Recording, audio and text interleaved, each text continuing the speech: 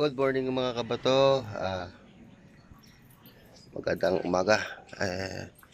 Ngayon ay alis kami papuntang Diarte. Dahil holiday ngayon, kaya gagala muna tayo. Punta natin yung mga sikat na lugar. Kukunan natin mamaya. Bye-bye. What's up mga kabato? Ito na kami ngayon. Alis na po kami. Sama po kayo sa amin papuntang DRT. Gagala tayo doon. Yan. Mumotor lang kami. Holiday ngayon kaya napag-isipan namin na mag-relax muna. Puro na lang trabaho. Yan. Sige. Mamaya, kita tayo doon. What's up mga kabato? Ayan, paalis na po kami. Ayan. Yan na kami. Oh. Paalis na kami. Yan. Kita tayo mamaya doon.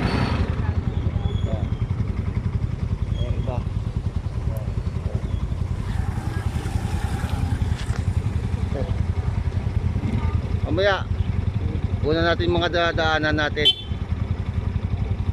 A few moments later. In 300.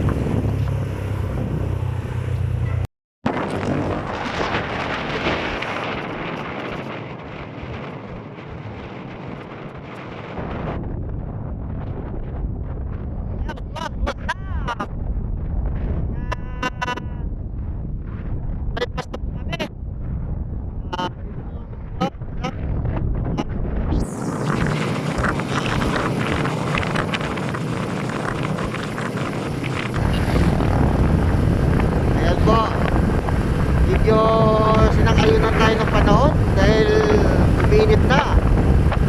Dahil kahapon talagang binabantayan namin yung panahon kung uulan ba ngayong araw o hindi. At ayun nga, uminit po ang panahon kaya natuloy po yung plano namin ng DRT. Kaya mag-ikot tayo doon, samahan niyo po kami. Medyo isang oras pa mahigit.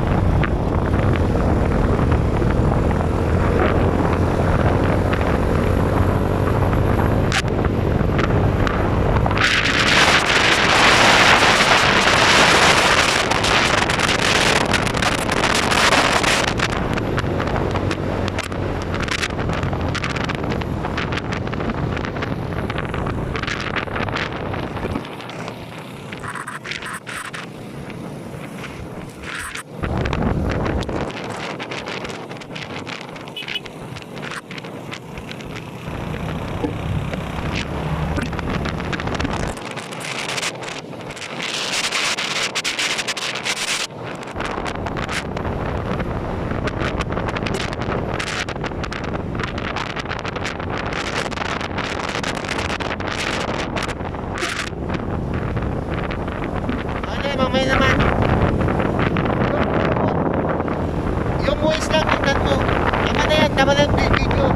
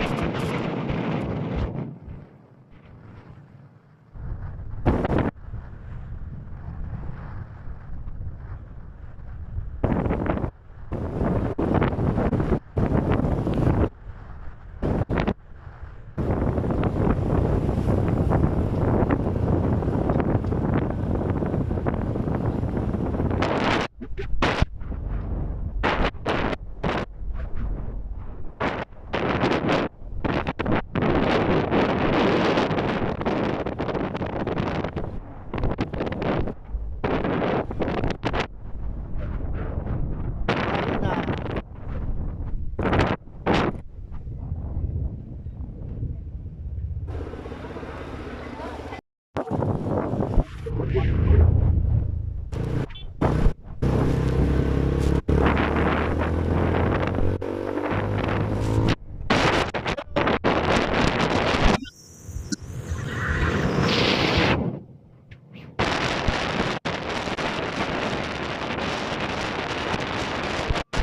Bato, so, banda doon, umuulan. Dahil hindi natin alam kung makakarating tayo doon. Pag dito, umuulan. Mamaya.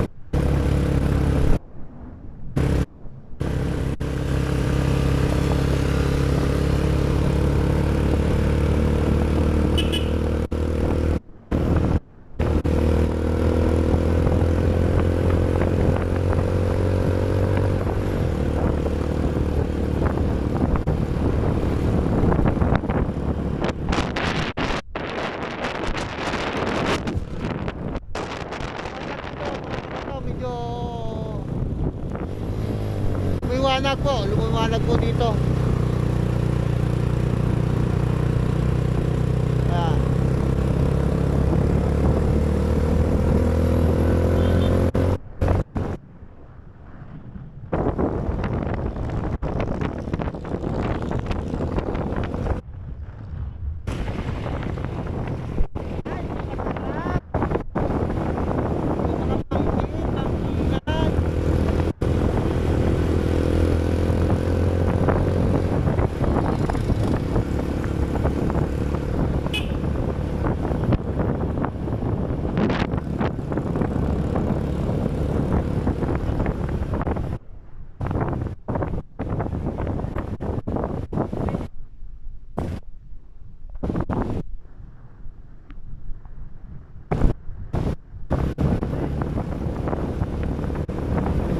Malapit na po tayo. Woo!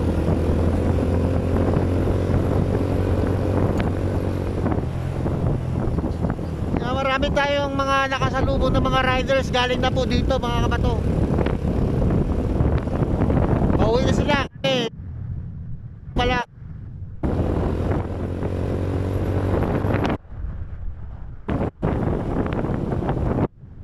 Ito ba na? Ito ulit naman ulit.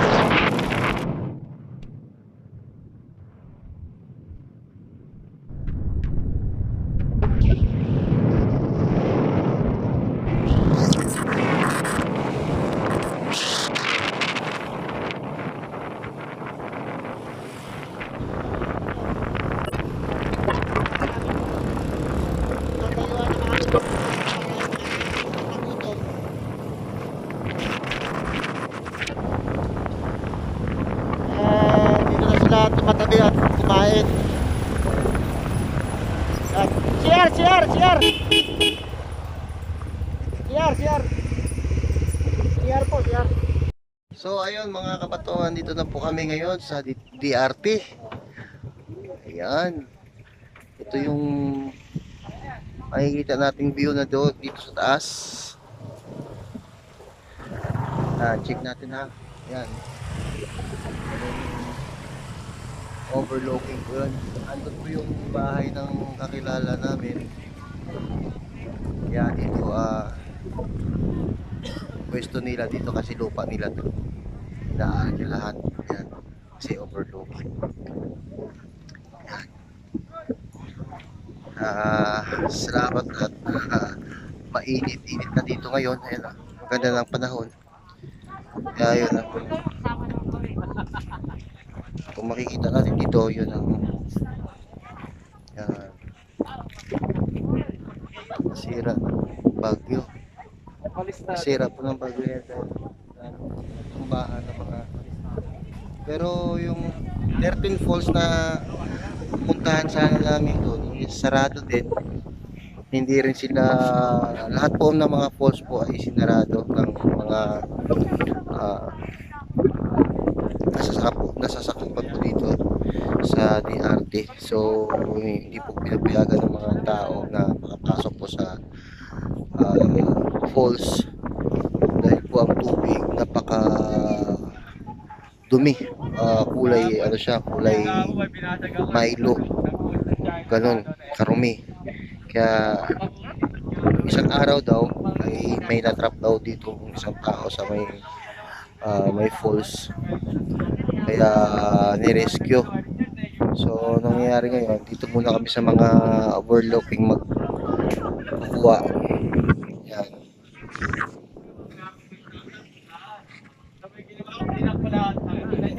Maraming makikita overlooking dito.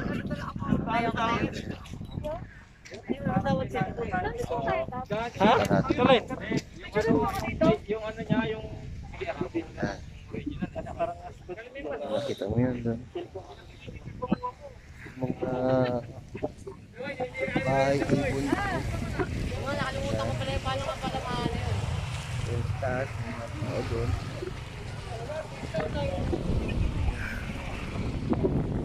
Kita mo natin doon. Yan.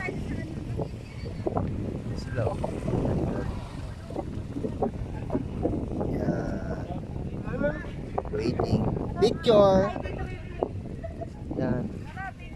Ha? Bangan nyo na lang to.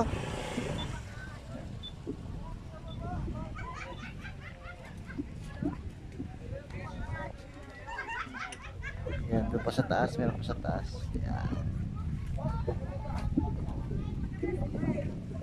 So, makikita nyo dyan, puro chocolate hills yung mga bundok na design.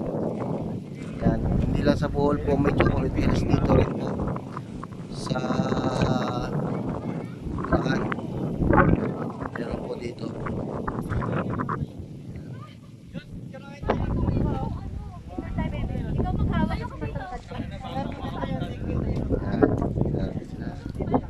Sila picture.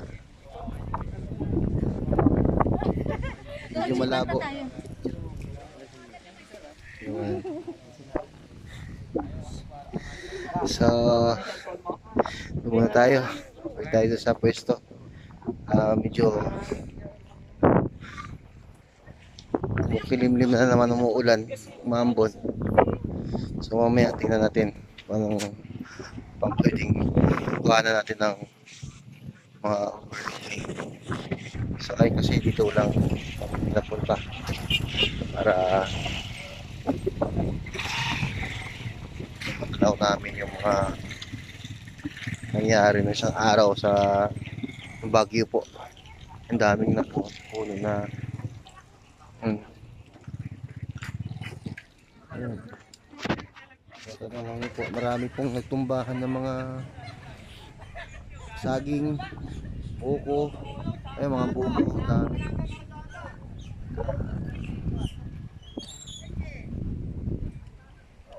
Dati kasi nung pumunta kami rito, hindi pa ganito yan dito, ganda. Pero ngayon, siyempre lupa ng mga kaibigan namin, ginawa nila ng tourist spot. Kaya yan, daanan nila yung lugar na to. Sige, mamaya balik tayo. Bye. So what's up mga kabato, ngayon balik tayo ngayon sa ating vlog dahil nalibot na po natin yung lugar, pero wala tayong makita ngayon na falls kasi yung pinuntahan namin talaga sarado. Pinasarado ng ano daw ng mayor dito sa DRT. So wala tayong ibang mapupuntahan kundi mga tourist spot ngayon dito sa Digos Hills na kinagigiliwan ngayon ng mga tao. Ayan, Digos Hills.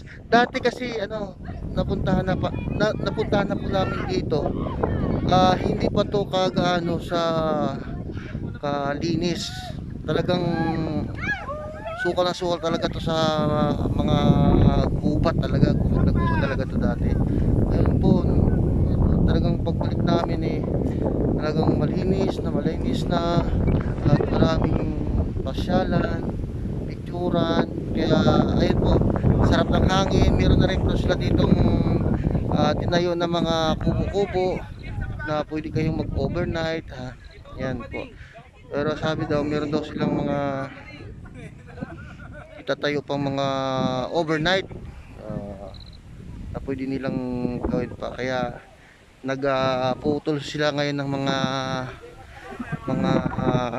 kahoy sa baba para gawin pong tawag dito, mga cottage po dito.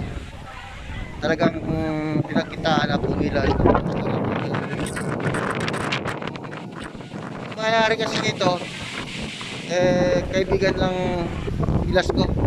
Kaya ngayon pagpunta namin dito ngayon ay medyo may bayad na, pero kilala kami kaya may discount na sa pagpapasok dito. So ayan mga kabato, dito na lang tayo magtatapos ng ating vlog. Sana panoorin niyo po hanggang dulo para makita niyo po yung mga magandang tanawin dito. At kung gusto niyo man pumunta rito sa DRT, dito sa Digos Hills, pumunta kayo po dito. Baka pagpunta niyo rito, iba na po ang nandito ngayon kasi marami po silang tinatayong mga kubo-kubo po. Pwede silang magtayo din nagtayo din sila ng mga cottage na pwede overnight. Kaya masarap po dito sa mga sweet lovers na in relation. Kaya halina kayo rito. Kaya magpapaalam na po tayo mga kabato. Kaya huwag nyo kalimutan na i-subscribe at pindutin ang notification bell para updated po kayo sa aking mga bagong vlog. Salamat!